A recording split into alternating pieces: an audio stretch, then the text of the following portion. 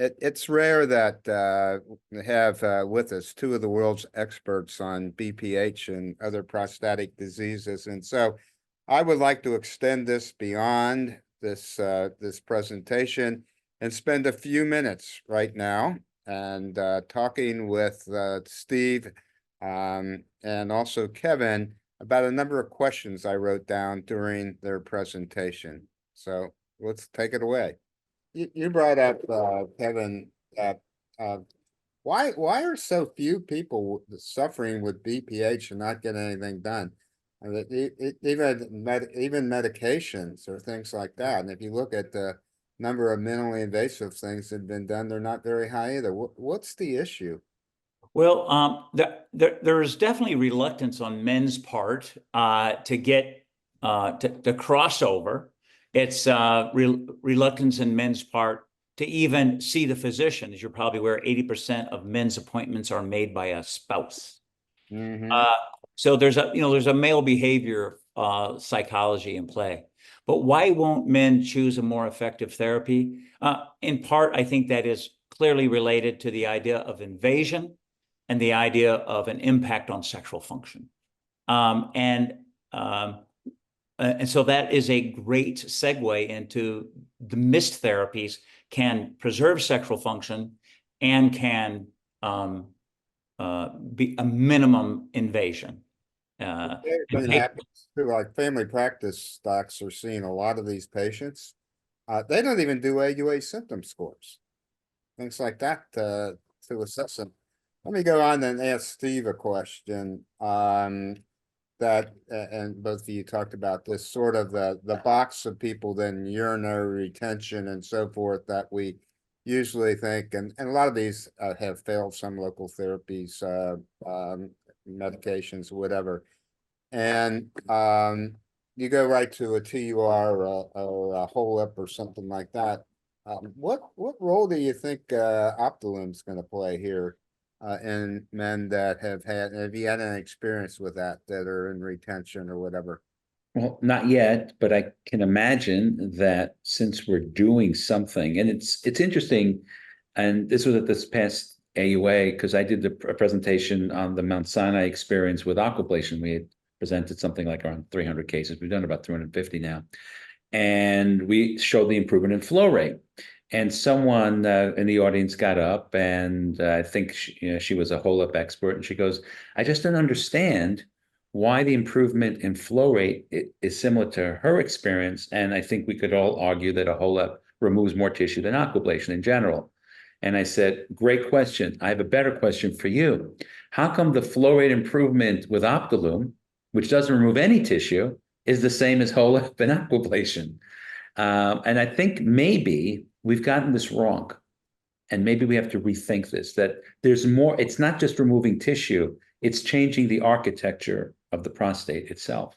And because you look at the numbers, and the numbers are the numbers, and they're repetitive and repeated. We know what it is with aquablation. We know what they are with TUR. We know what they are with lasers.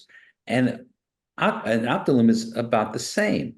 So I would imagine, to answer your question in a roundabout way, and I've not had personal experience, but we will try, that with retention, it should have an effect. But I don't have any personal experience. I can't tell you that we should or we shouldn't, but I would imagine, and there is data with other minimally invasive devices in retention, I think Kevin's been involved with studies with Resume. So there is a logic to it, and I think a lot of patients would opt for it, and I certainly will try it.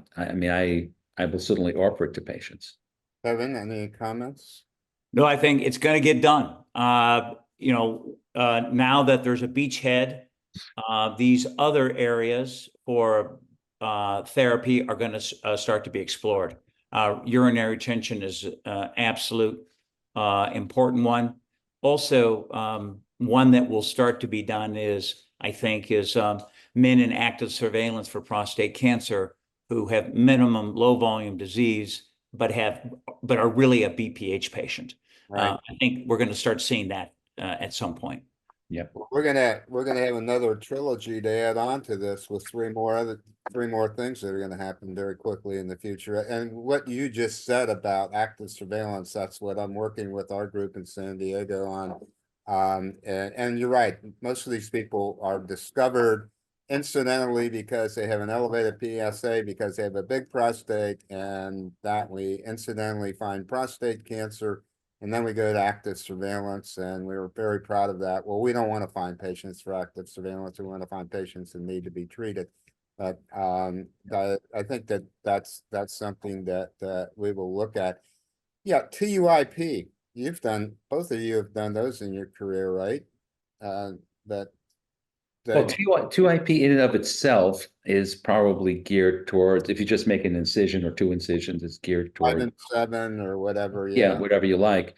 But, we've found, and that's really for really smaller prostates, but, we've published our own experience in just doing a middle lobe only TUR in patients who may have the rest of their prostates relatively small, but they got this big middle lobe just junked right into their prostate, into their bladder. And by resecting that, we have really long-term, we published this a number of years ago, almost 400 patients.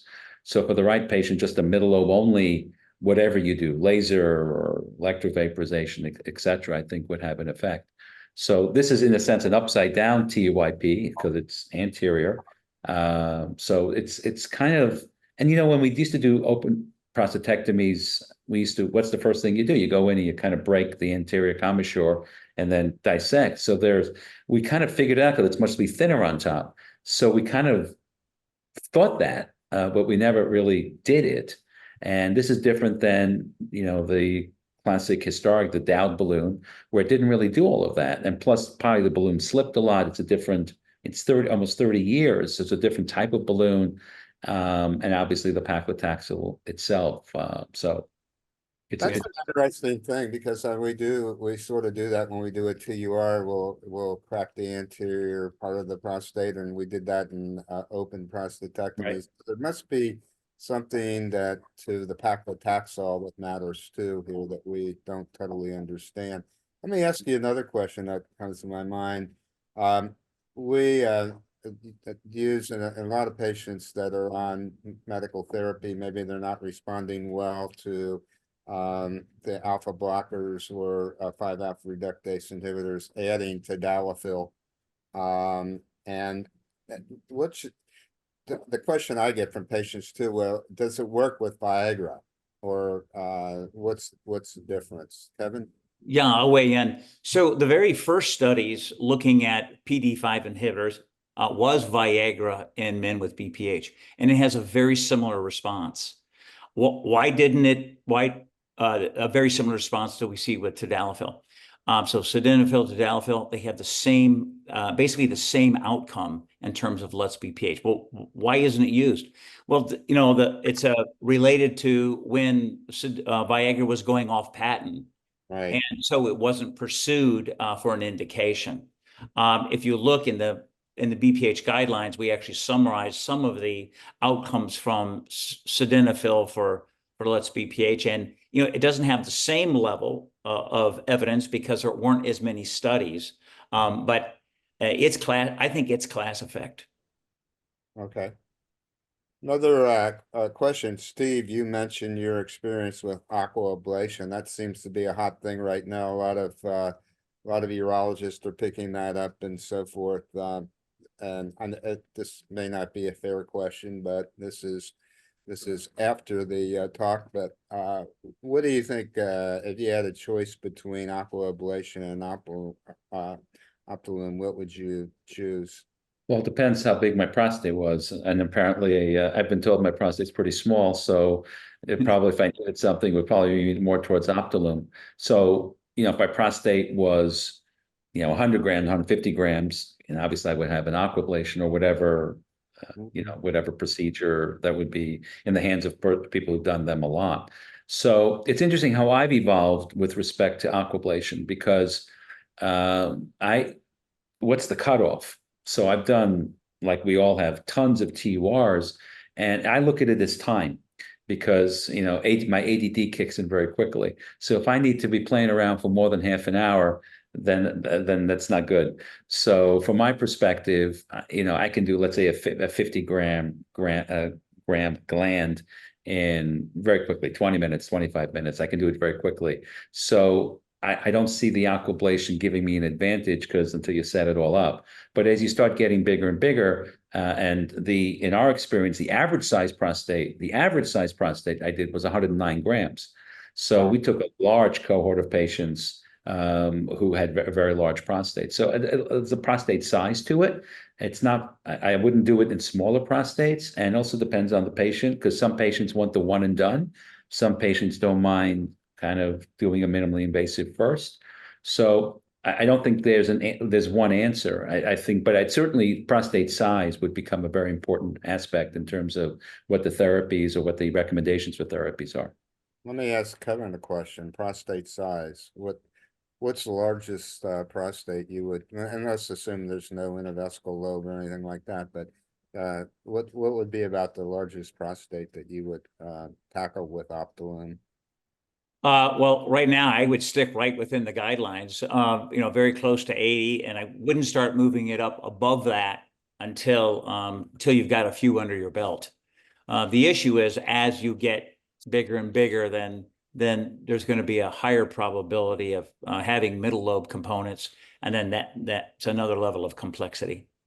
It's also the length because there is a predilation which is uniform in everybody, and that kind of splits the commissure.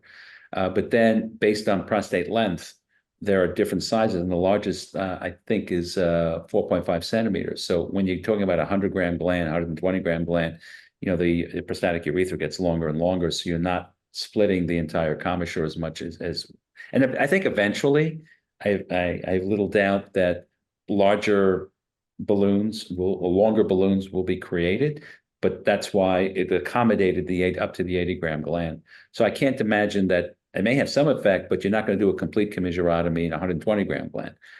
So I think that's something for the future to look at. We just finishing up here. We had talked about the patient on active surveillance with a grade group 1 or maybe a grade group 2 cancer. When I've recommended, I've had one patient that recommended, well, the approval doesn't allow for that. That's somebody with a diagnosis of cancer. You and I both know if you take 100 men age 70 and rip their prostates out, almost half of them are going to have microscopic low-grade cancer. What are your thoughts about dealing with that, like right now? I'm doing it. So and you do get some pushback, but I am doing it. And what hopefully I'm doing it thoughtfully, where I'm reviewing the MRI, trying to reassure the patient, but mostly me, that it is his BPH, which is being the obstructive component, and not a prostate cancer big enough to have a obstructive impact. So, and that reason, that's really why I started pushing into the diagnosis because of that. I mean, to exclude the guys that benefit because they have a small volume, low risk cancer, I think it's really probably a little too constricting. And I've done resumes in these patients. I've done TURs in these patients. I've done aquablations in these patients, and I agree with you both. You're not, there's tissue there. I mean, just because you have small volume prostate cancer, you don't all of a sudden don't have BPH. They do go kind of hand in hand. So you're managing the urinating symptoms, and patients, as Kevin alluded to, when you explain it to them, that's fine, and it doesn't preclude them from having another, if they need a prostate cancer procedure one day. I think maybe years ago, we used to think, well, a radical prostatectomy is going to be harder. Reality is there's so many talented people doing prostate cancer procedures that whether they had a TUR and certainly an Optilume or a Resume or an aquablation, it's not going to preclude them from having a very nice result with very low morbidity. So it doesn't, that piece of the discussion is less, you should have it, but it doesn't, it seems to be less and less of a barrier than it was in the past. Some of these patients are pretty miserable, not from the prostate cancer, but from the BPH, and they're burned out on medical therapy. And what happens is that they in their mind think it's related to the prostate cancer. Yeah. that's some of it, and it usually isn't. And then they'll jump and get hormone therapy and radiation because their PSAs are high and volumes, and they didn't need that. And you know, it's too bad. I think one of the things that came up in the tumor board when I recommended this to a patient, or the patient was being presented, was what effect paclitaxel might have on the cancer. Well, we know that it's a chemotherapy drug. It's been around for a long time, and it is an anti-cancer drug, I guess. We can't say that it's safe completely, but it theoretically doesn't make sense that it is an issue. And we're weighing one thing against another, and I've got a handful of patients that are real miserable like this, that this would be a great treatment. Probably better than a PUR. So listen, guys, and it's been a fun interaction. I enjoyed talking with all of you, both of you, and I know that the Grand Rounds and Urology audience and others will appreciate this. I know that right when we did the presentation with Steve, the number of hits that we got YouTube and that looking at this were phenomenal. So this is a great educational piece and really appreciate it. Thank you.